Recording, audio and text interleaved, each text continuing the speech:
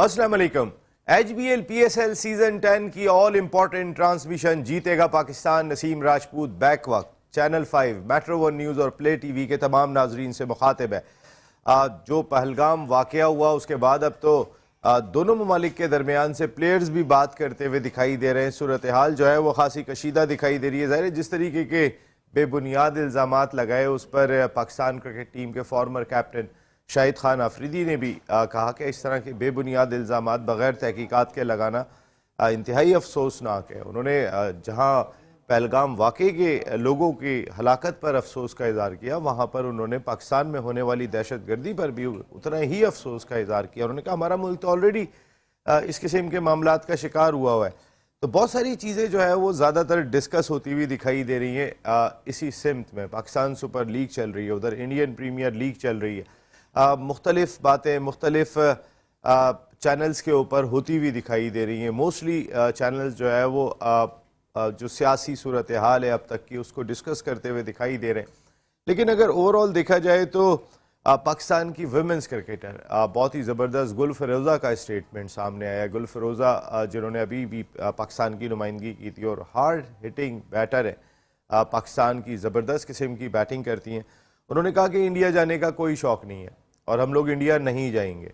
और वाकई में जो फार्मूला तय हुआ है उसके तहत चाहे एशिया कप जो कह रहे हैं कि अब पता नहीं होता है या नहीं होता है, जो अगस्त के अंदर होना था, इंडिया ने मेज़बानी करनी थी। ऑलरेडी ये खबरें तो पहले ही आ रही थी जब ये वाकया नहीं हुआ था कि इंडिया चाहता है कि ये इवेंट कहीं दूसरे मुल्क में ट्रांसफ़र कर दिया जाए, क्योंकि पाकिस्तान को जो है वो ज़ाहिर वहाँ पे खेलने का मौका मिलेगा और जो भी जो उनको मराद कह सकते हैं मिली थी इंडिया को चैम्पियंस ट्रॉफी के दौरान, वो पाकिस्तान को भी मिलती।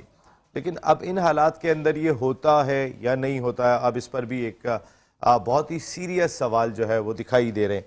इसके साथ साथ और बहुत सारी चीज़ें दिखाई दे रही हैं। वो जो अमला यहाँ पर था पाकिस्तान सुपर लीग में, इंडिया के 23 लोग वो वापस जा चुके हैं, उनको बाहिफाजत वापस रवाना कर दिया गया है, क्योंकि पाकिस्तान ने भी बिल्कुल स्ट्रेट फॉरवर्ड ये अल्टीमेटम दिया था हमारी हुकूमत ने कि 48 घंटे के अंदर जितने भी भारतीय हैं वो यहाँ से चले जाएँ, क्योंकि ये तो जैसा आप कर रहे हैं वैसे ही उसका रिप्लाई आ रहा है और बहुत ही सिंपल सा हल दिखाई दे रहा है। और जिस तरीके के बेबुनियाद इल्ज़ामात लगाए जा रहे हैं और उसके सबूत भी पेश कर दिए गए कि कहाँ कहाँ आपके जो ये फॉल्स ऑपरेशन जो है वो आपका था और किस तरीके से आपने किया था। उसके बाद अब सौरव गंगुली साहब भी बात करते हुए दिखाई देते हैं। गंगुली साहब कहते हैं कि पाकिस्तान से 100% ताल्लुकात ख़त्म कर दो, 100% ताल्लुकात ही ख़त्म कर दो, अब इनके साथ कोई ताल्लुक होना नहीं चाहिए। तो भाई ताल्लुक रखना कौन चाह रहा है? हमारी गुल फिरोज़ा को सुन लो, वो भी आना नहीं चाहती। तो गंगुली भाई वहाँ पे आने की किसको ज़रूरत दिखाई दे रही है? कौन वहाँ पे आना चाहता है? जिस तरह की ऊँचे हथकंडे आपकी नरेंद्र मोदी साहब की हुकूमत हिंदू तवा हुकूमत कर रही है, ऐसे में कौन आप खुद बताएं कि ऐसे में कौन से कोई जाएगा वहाँ पे या जाके खेलेगा वहाँ पे? तो अच्छा हुआ कि इस चैम्पियंस ट्रॉफी के अंदर ही ये फार्मूला तय पा गया कि ना तो इंडियन टीम पाकिस्तान आएगी ना पाकिस्तान टीम इंडिया जाएगी। अब अगर खेलनी है क्रिकेट तो खेलने। बहुत सारी खबरें ऐसी भी आ रही हैं कि इंडिया ने इंटरनेशनल क्रिकेट काउंसिल को लिख दिया कि पाकिस्तान और इंडिया को एक पूल में ना डाला जाए ताकि मैच ही नहीं खेलना पड़े, ना खेलना पड़े। इंटरनेशनल क्रिकेट काउंसिल जानेगी है, कितने अरब का नुकसान होगा। एक ही मैच है पाकिस्तान और इंडिया का इंटरनेशनल क्रिकेट काउंसिल के पास, और कितने बड़े कोई ब्रांड हैं। अगर सच्चाई से देखा जाए तो कोई बहुत बड़े ब्रांड दिखाई नहीं देते। ऑस्ट्रेलिया, इंग्लैंड बहुत बड़ी क्रिकेट होती है, इसमें कोई शुबा नहीं है। लेकिन पाकिस्तान इंडिया का जो अपना एक वो तो एक अनफॉर्चुनेट है कि रिसेंट पास्ट में हमारी क्रिकेट इतनी स्ट्रांग नहीं रही। लेकिन ये क्रिकेट के मामलात हैं, जहाँ पर मुल्क की बात होती है वहाँ पे बिल्कुल डिफरेंट चीज़ जो है वो सामने आती है। कराची किंग्स की जो कोयटा ग्लैडिएटर्स के खिलाफ कल शिकस्त हुई थी उस पर खासे भरम दिखाई दिए। टीम कैप्टन डेविड वार्नर भी, शॉन टैट का भी कहना था कि कुछ बैट्समैनों को जिम्मेदारी लेना होगी। और आज जो मैच जारी है इस वक्त कजाफी स्टेडियम लाहौर में, वहाँ मुल्तान सुल्तान ने 185 रन 3 विकेटों के नुकसान पर स्कोर कर लिए। 76 on 48 balls, captain Mohammad Rizwan 6 4s and 3 6s। लेकिन शुरू में वो जितना स्लो खेले थे उनके इर्द गिर्द के बैटर्स यासिर खान हो, उस्मान खान हो, वो भी आउट हो गए थे इस दौरान के अंदर। रना बॉल भी उस वक्त रिजवान नहीं खेल पा रहे थे। कामरान गुलाम वेरी वेल प्लेड, नीचे से आके उन्होंने 52 31 बॉल्स पर 4 6s 2 4s और 167 के स्ट्राइक रेट से किया। ज़बरदस्त किस्म की क्रिकेट हमें मुल्तान सुल्तान्स की जानिब से देखने को मिली। इस वक्त टारगेट चेस कर रहे हैं कलंदर्स और देखते हैं कि वो अपने होम ग्राउंड के ऊपर जहाँ पर तमाशाई बिल्कुल मौजूद हैं। लाहौर के अंदर तो हमारे ज़िंदा दिलाने लाहौर मैच देखने के लिए आते हैं, लेकिन इसकी भी तादाद कम होनी नहीं चाहिए। ये कुछ जगह रह गई हैं कि जहाँ पर पूरा एटमॉस्फेयर ग्राउंड का एक डिफरेंट होता है।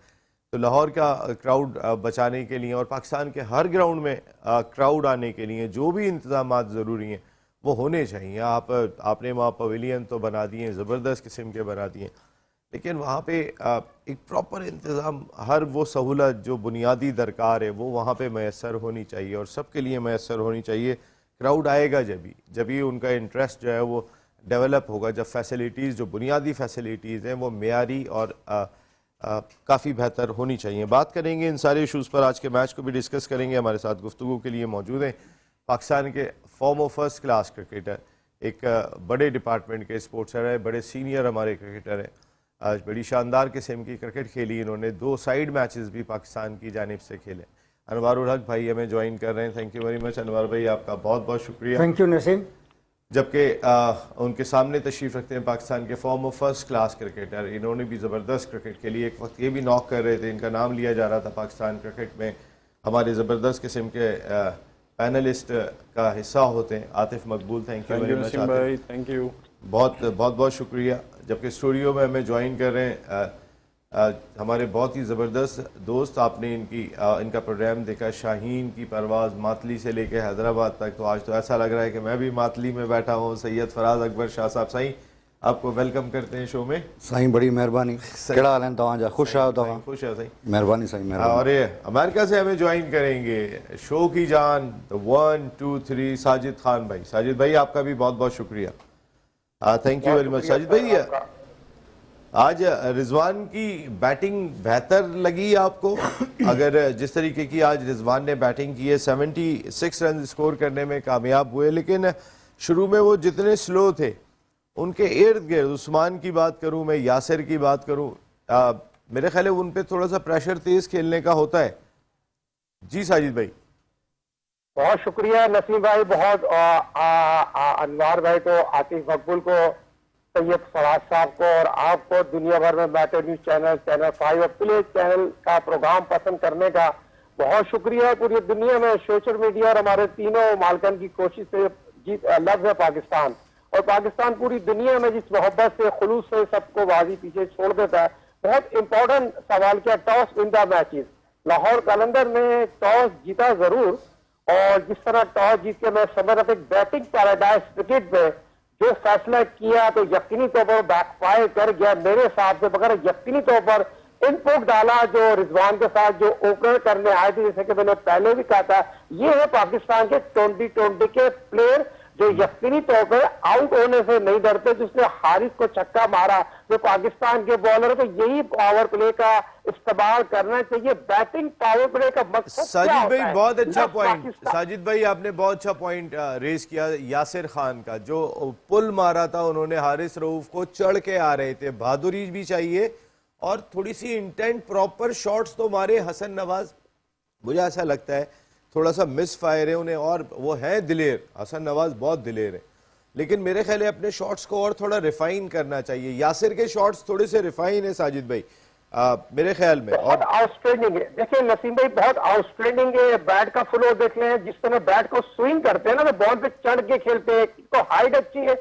लिफ्ट बहुत अच्छा करते हैं। इसी तरह की हमें पावर प्ले की बैट्समैनों की जरूरत है। तो यकीन करो से अटैकिंग क्रिकेट खेली, तो मैं ये समझता हूँ इस तरह के प्लेयरों को जरूरत है उनके फौरी तौर पर। अब तो खैर नसीम भाई के सिलेक्टर जो मौजूद है तो क्या टीए नहीं मिल रहा, तो सिलेक्टर जो अभी तक है वो मेरे पास तो ये इतलात है वो सिलेक्टर मैच देखना चाहते हैं, उनको देखने की क्या आपके पास कैसी खबर है?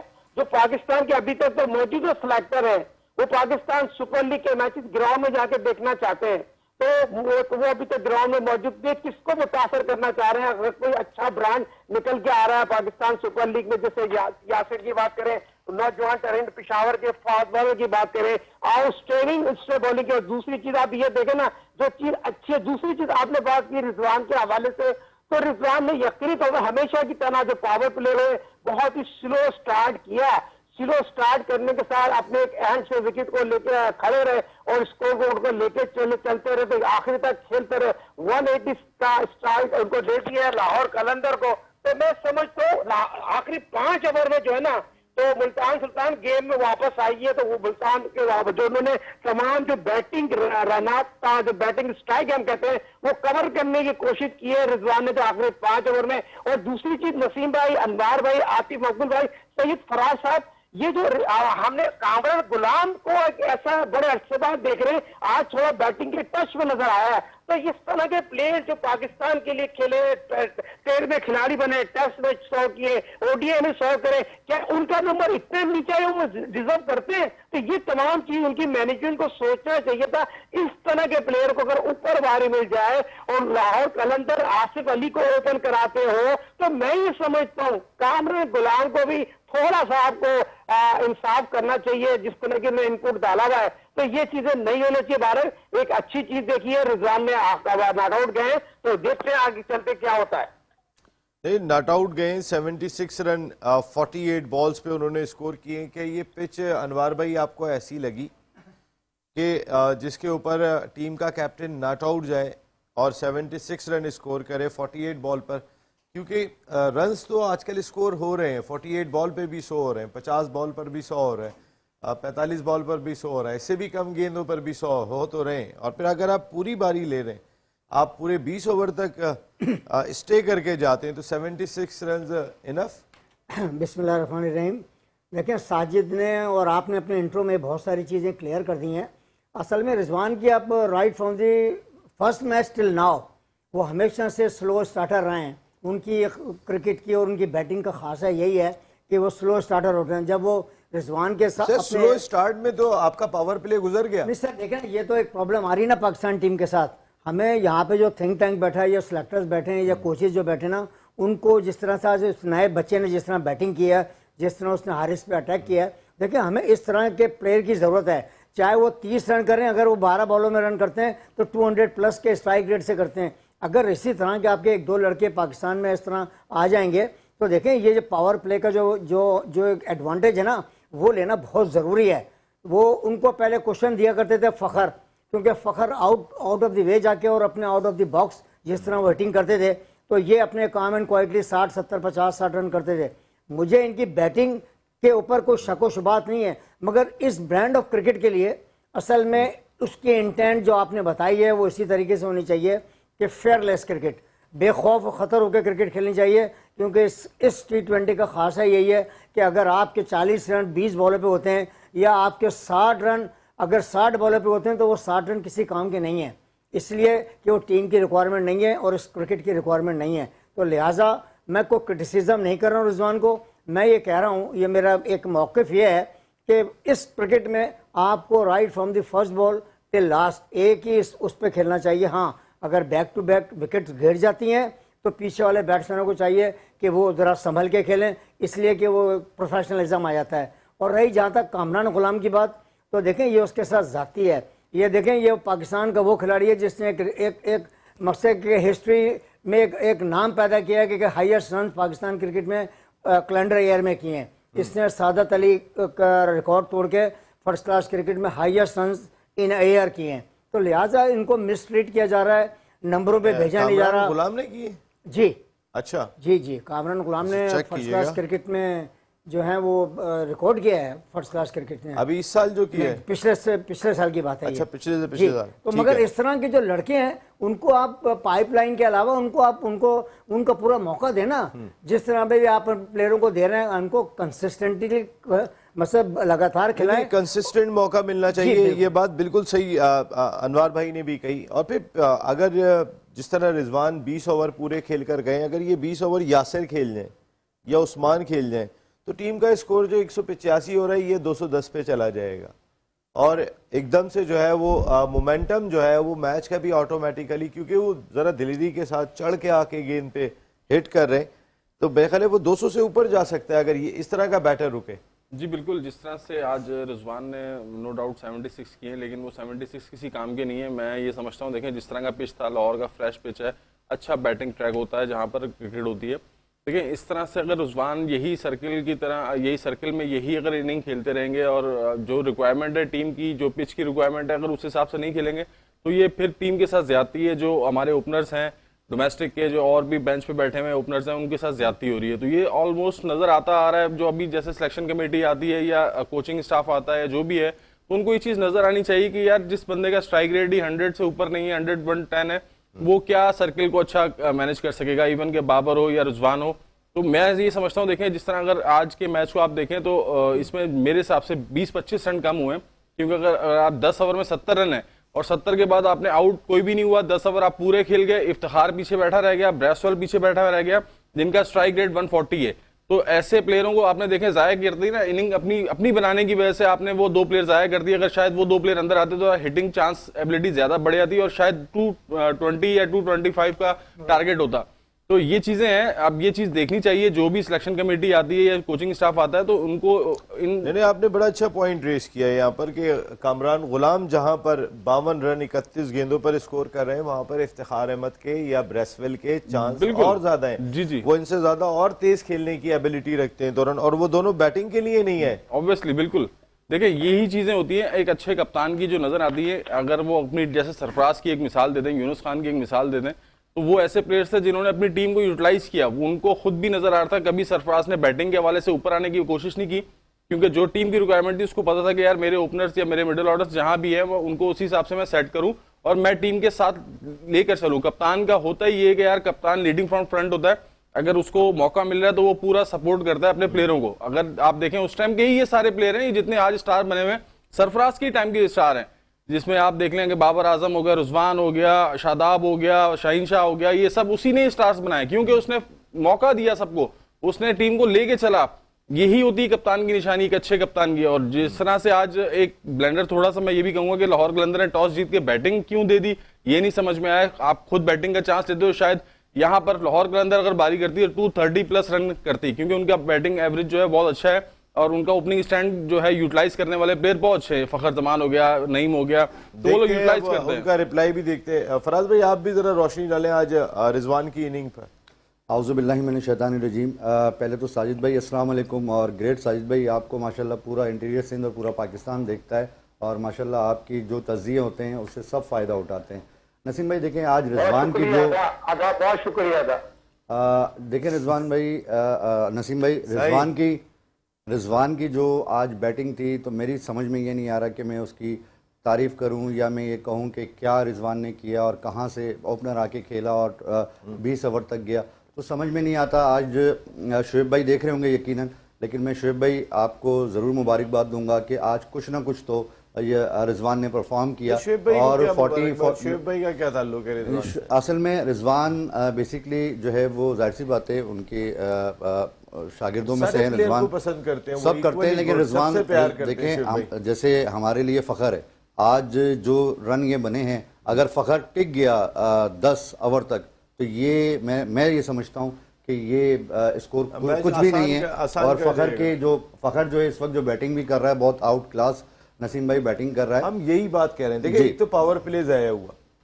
और दूसरे जो मेन बैटर्स थे कि जिन्होंने आखिर में स्ट्राइक करना था वो आपके डगआउट में बैठे रहे। नसीम भाई असल में मसला पता है क्या है, देखिए T20 के मैच के अंदर रिजवान को कल भी ये बात हो रही थी कि वो T20 का प्लेयर ही नहीं है, उसको तो जबरदस्ती आपने कप्तान बना दिया। और ये अना की जंग है कि मैं आऊंगा, जैसे गली मोहल्ले में क्रिकेट नहीं होती, मैं कप्तान हूँ कि भाई मैंने ही बैटिंग करनी है, मैंने ही आके पहले बॉल फेंकनी है, बैट और बॉल मेरा है, बैट और बॉल मेरा है। तो ये ऐसे ही लगता है कि ये मैं कप्तान हूं तो मैं पहले बैटिंग करूंगा, मैं पहले आके बॉलिंग करूंगा। बैट और बॉल ये बैट और बॉल दिलाया किसने रिजवान को, ये जरूर पता करेंगे। आज आएंगे तो ज्यादा बात करेंगे इस पर, लेकिन अभी जाएंगे एक ब्रेक पर। वेल डन साजिद भाई। जीतेगा पाकिस्तान HBL PSL सीजन 10 की ट्रांसमिशन में एक मरतबा फिर आपको खुशामदीद कहते हैं।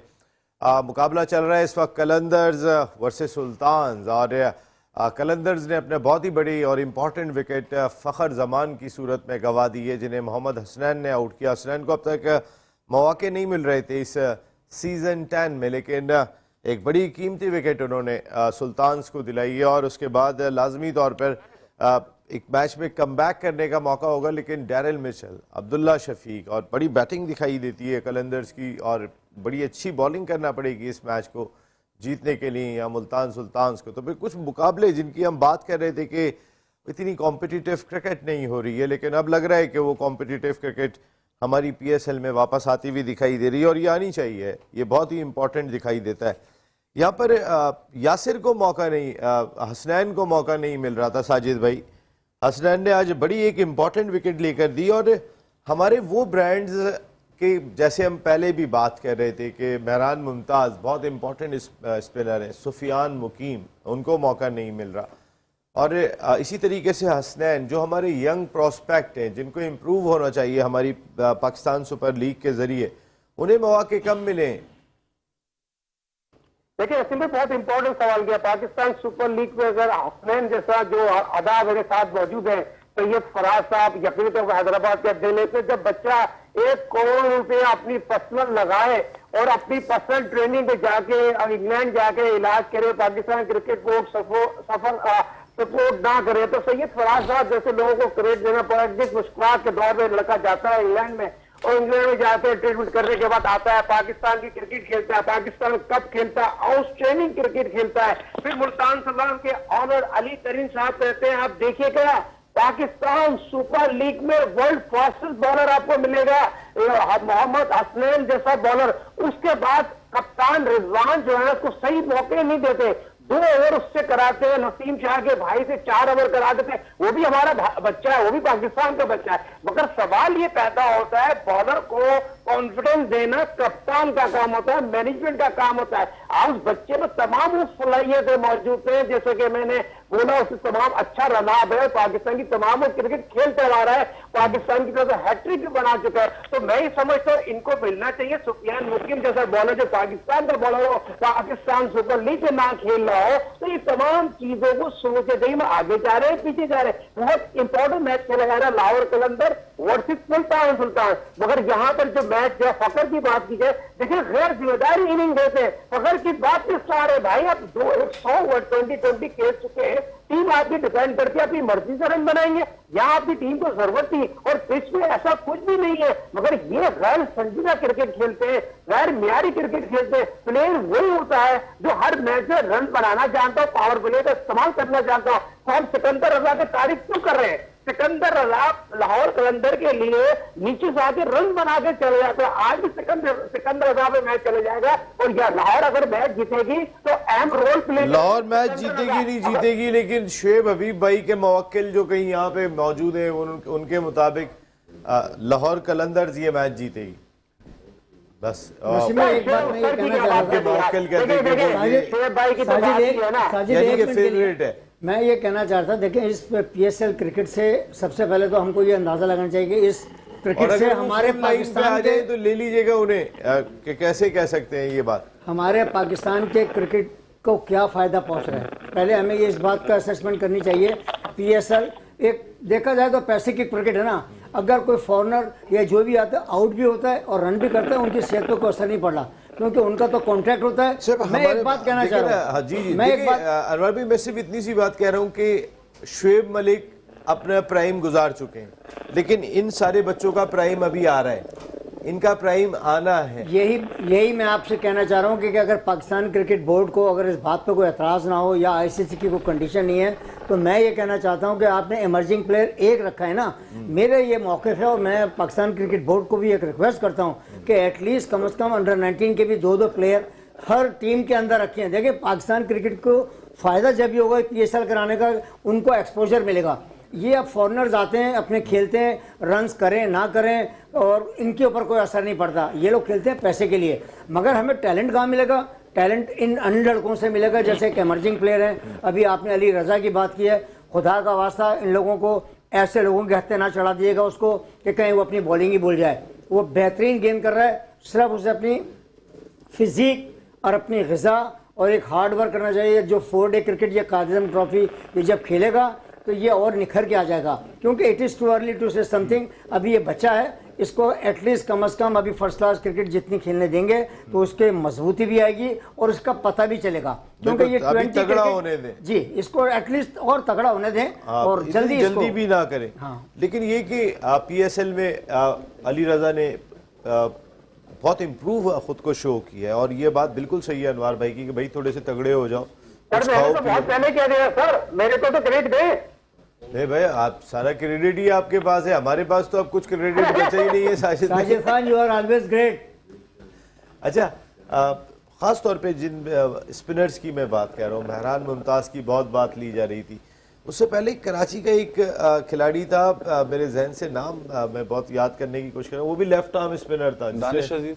नहीं, उसने बहुत परफॉर्म किया था पहले। नहीं नहीं नहीं, वो अमेरिका ह्यूस्टन में, अमेरिका ह्यूस्टन में हसन अफनान खान, अफनान खान, हसनान खान। अफनान खान। नहीं, हसन खान नहीं, हसन खान तो ऑलराउंडर था। सर, वो कोयटा में था। सुने सुने सर मेरी बात सुने। नहीं नहीं, मैं उसकी बात, मैं हसन की बात नहीं कर रहा हूँ, मैं कराची किंग्स का स्पिनर था जो बड़े रन रोक रहा था उस वक्त। अहमद वसीम से रन नहीं रुक रहे थे और वो स्पिनर बच्चा रोक रहा था पहले 2 सीजन में, और उसके बाद फिर वो उमर खान, हाँ, वो बच्चा कहाँ चला गया? उमर खान ने तो क्रिकेट ही छोड़ दी, डोमिनेट कर रहा था। जी जी, उमर खान ने क्रिकेट छोड़ दी जो मुझे पता चला था, और वो पबजी का गेम है उसमें वो खेल रहा था और वो उससे वहां से पैसे अर्न कर रहा था, और उसने क्रिकेट से डिसार्ड होकर क्रिकेट छोड़ दी थी। ये जो मुझे न्यूज मिली थी, उमर खान आपने सही कहा जी।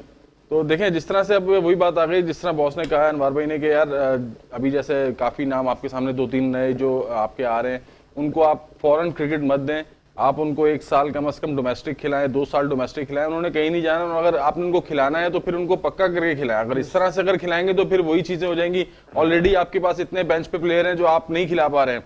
बहुत सारे नाम फास्ट बॉलर्स ऐसे हैं जो अभी तक नहीं, जैसे हसनैन अभी खेला है और अब्बास आफरीदी है, 2-4 और बहुत से नाम है जो नहीं खेल पा रहे हैं, वसीम जूनियर हो गया। तो ऐसे प्लेयरों को भी तो आप जाया कर ही रहे हैं, पहले आप उनको तो मौका दें जो खेल रहे हैं, जो टीम के साथ टच हैं। आप अगर अब उनको भी मौका नहीं देंगे और फिर नया यंगस्टर, वही बात आ गई कि लॉबी है ना, लाइकिंग डिसलाइकिंग फिर आई थी यहाँ पर बात। अगर जो भी यंगस्टर आ रहा है तो आपको नजर में रखना चाहिए यार ये यंगस्टर है, अब आप उसको डोमेस्टिक खिलाएं और डोमेस्टिक पे उस पर नजर रखें। Yes. और डोमेस्टिक पे नजर रखने के बाद देन वो परफॉर्म करता है, फिर आप उसको मौका दें यार कि यार इस काबिल हो गया, चले हम इसको कंसीडर कर सकते हैं पाकिस्तान टीम के साथ। तो ये चीजें हैं। अब देखें इस तरह से अगर क्रिकेट चलती रहेगी, आप फौरन किसी को कैप्स देते रहेंगे तो फिर ये वही बात आ जाएगी कि यार लॉबी कैप्स है। की एक कीमत होनी चाहिए, पाकिस्तान के कैप्स की एक कीमत होनी चाहिए लाजमी तौर पे। और हमारी इस ट्रांसमिशन में जैसे मैंने पहले आपको बताया था कि ओसाका सिक्सर टेप, वो टेप के जिससे पूरे पाकिस्तान में क्रिकेट खेली जाती है, जितनी टॉप क्लास लीग्स हैं, KTPL वगैरह, वो सब इससे खेली जाती हैं। इसी तरीके से ओसाका लाइटनिंग, ये भी टॉप क्लास लाइटिंग है। और इसी तरीके के गिफ्ट्स आप लोगों के लिए रखे हैं ओसाका लाइट्स वालों ने, और ये गिफ्ट हैम्पर्स आप लोगों के लिए रोज़ाना की बुनियाद पर मौजूद होंगे, जिसमें बहुत ही ज़बरदस्त किस्म के इनके LED बल्ब्स वगैरह और बहुत सारी चीज़ें इन्होंने रखी हैं। उसमें बहुत सिंपल सा सवाल होगा, एक सवाल होगा हमारे जितने भी ऑडियंस है, आप तमाम लोग जो कॉल्स के ज़रिए आके जवाब दे सकते हैं। एक आपके साथ सवाल किया जाएगा, एक सवाल करेंगे हम अपने पैनलिस्ट से, और वो पैनलिस्ट उसका जवाब देते हैं तो फिर वो इनाम के हकदार होंगे। और ये KTPL की एक बॉल है कि जो हम आपको स्क्रीन के ऊपर चलाएंगे, वो दरमियान के अंदर रुकेगी। तो फिर मेरा ख्याल है कि ओसाका का जो ये गिफ्ट हैम्पर है, मेरे ख्याल है पहला सवाल चला दें जी, जो हम अपने नाजरीन से करें, फिर ब्रेक पे जाएंगे, कुछ इनको सोचने का मौका दें। और ये जो सवाल किया जा रहा है वो हमारे पैनलिस्ट के साथ किया जा रहा है। जनाब अली चलाएं जनाब। ये देखें, ये बॉल हो रही है और ये बैट्समैन ने यहाँ पर हिट मारने की तो अब ये हिट कैच हुआ है, छक्का है, सारे ऑप्शन मौजूद हैं। ये बॉल रुक गई है यहाँ पे, आपके तो एक दफ़ा और चलाई जाए ताकि ज़रा ये लोग हमारे पैनलिस्ट जो है वो गौर से देख लें कि क्या हुआ। जी ये देखें, ये आतिफ भाई का कहना है आउट। ये चले, ये वाला अभी और सोच सकते हैं आप, ये आपके लिए टाइम मौजूद है। बहुत ही जबरदस्त 6 मेरा 6 लिख लीजिए आप। 6 ठीक है। आप क्या कह रहे हैं? ये विकेट मिस हिट हुई है, मिस हिट हुई है, मिस हिट हुई है, मिस हिट हुई है। अच्छा चलें, ये यहाँ पे आपकी है मिस हिट रन तो शॉट तो लगी है, मगर वो जिस तरह एग्जीक्यूट करना चाह रहे थे वो इस तरह नहीं लगी है। हाँ अच्छा, मतलब करेक्ट टाइमिंग नहीं है, शॉर्ट लगी है, शॉट लगी है। ठीक है। और आपने क्या कहा था? आउट। आउट। आपने क्या कहा था? 6। ओह ओ माय गॉड। ये जवाब भी देंगे। और एक सवाल फिर अब आपके लिए भी, जैसे ही ब्रेक से वापस आऊंगा तो रखूंगा हेडलाइन ब्रेक और उसके बाद फिर मिलते हैं हम लोग।